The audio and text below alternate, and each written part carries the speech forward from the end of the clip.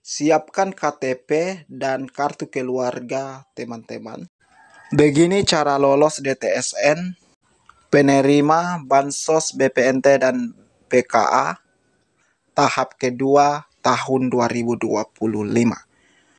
Di video kali ini admin akan menjelaskan bagaimana cara lolos DTSN supaya teman tetap menerima Bansos PKA dan BPNT. Dan di akhir video ini admin akan menjelaskan apa itu DTSN dan apa manfaatnya bagi KPM penerima Bansos PKA dan BPNT. Diharapkan teman-teman jangan skip-skip supaya tidak gagal paham. Oke, jumpa kembali bersama saya di channel Fernando Mentawai. Apa kabar kalian semua? Semoga dalam keadaan baik-baik saja tanpa sedikit kekurangan apapun. Bagi teman-teman yang baru mampir atau yang baru ketemu channel ini, jangan lupa untuk tekan subscribe, like, dan komen.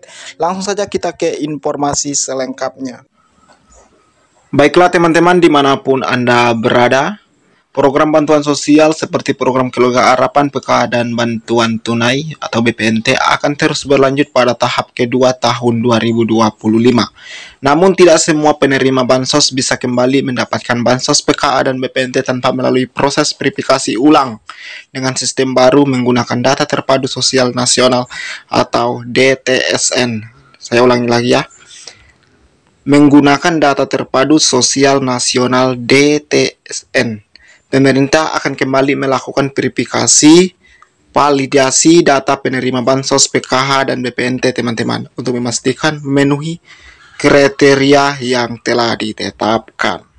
Proses ini melibatkan pengecekan data penduduk seperti nomor induk kependudukan, NIK, KTP, dan kartu keluarga yang valid serta kondisi sosial ekonomi penerima manfaat.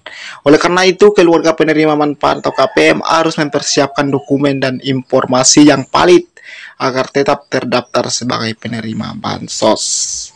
Nah, sekarang kita harus memahami ya, apa itu DTSN. Seperti yang dikutip ya, DTSN adalah singkatan dari Data Tunggal Sosial Ekonomi Nasional. Sekali lagi, DTSN adalah singkatan dari Data Tunggal Sosial Ekonomi Nasional, teman-teman. Data ini merupakan sistem terbaru yang digunakan pemerintah untuk menentukan penerima Bansos secara lebih akurat dan transparan. Sebelumnya pemerintah sendiri menggunakan data terpadu kesejahteraan sosial atau DTKS ya, yang dikelola oleh Kementerian Sosial Republik sebagai acuan utama dalam penyaluran bantuan sosial. Namun dalam praktiknya DTX masih sering mengalami ketidaktepatan data seperti data ganda, penerima tidak memenuhi syarat, hingga masyarakat yang seharusnya berhak menerima manfaat tetapi tidak terdaftar. Oleh karena itu, pemerintah memperkenalkan DTSN sebagai solusi untuk menginteraksikan berbagai sumber data agar lebih akurat dan komprehensif. DTSN tersebut ialah hasil pergabungan dari beberapa sumber data yang sudah ada seperti data terpadu kesejahteraan sosial, register ya sosial ekonomi, pendaftaran percepatan penghapusan kemiskinan ekstrem P3K, dan data dari PLN, Pertamina, dan BPJS Kesehatan. Dengan adanya DTSN, pemerintah dapat memastikan bahwa bantuan sosial diberikan kepada masyarakat yang benar-benar membutuhkan dan mengurangi risiko kesalahan dalam pendataan penerima manfaat. Berikut manfaat DTSN. DTSN juga memiliki beberapa manfaat penting, baik bagi masyarakat maupun pemerintah, teman-teman. Di antaranya yakni sebagai berikut: mengurangi tumpang tindih data sehingga bantuan bisa salur lebih tepat sasaran, memudahkan pemerintah dalam menyusun program pembangunan yang lebih efektif dan efisien, membantu strategi pengatasan kemiskinan agar lebih merata dan berkelanjutan, mengetahui profil sosial ekonomi penduduk ya secara lebih rinci dan akurat, memastikan alokasi anggaran yang lebih tepat untuk meningkatkan kesejahteraan masyarakat. Berikut bagaimana cara lolos DTSN ya bagi KPM agar tetap terdaftar sebagai penerima Bansos. Melalui sistem DTSN, KPM harus memenuhi beberapa syarat, teman-teman ya, dan mengikuti prosedur yang telah ditetapkan oleh pemerintah. Nah, berikut yang harus dipersiapkan. Yang pertama, siapkan data yang akurat. Salah satu tahap utama dalam seleksi DTSN adalah verifikasi data langsung di lapangan oleh pendamping sosial.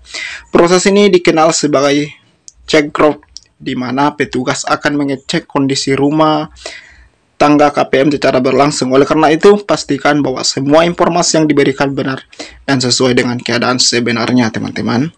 Beberapa aspek yang akan diverifikasi oleh pendamping sosial meliputi kepemilikan nik KTP dan kartu keluarga yang valid, kondisi tempat tinggal, tempat luar dan sampi ya, kepemilikan aset rumah tangga, sumber penghasilan dan pekerjaan, fasilitas rumah tangga ya, seperti air bersih, listrik, atau sanitasi ya, dan lain-lain.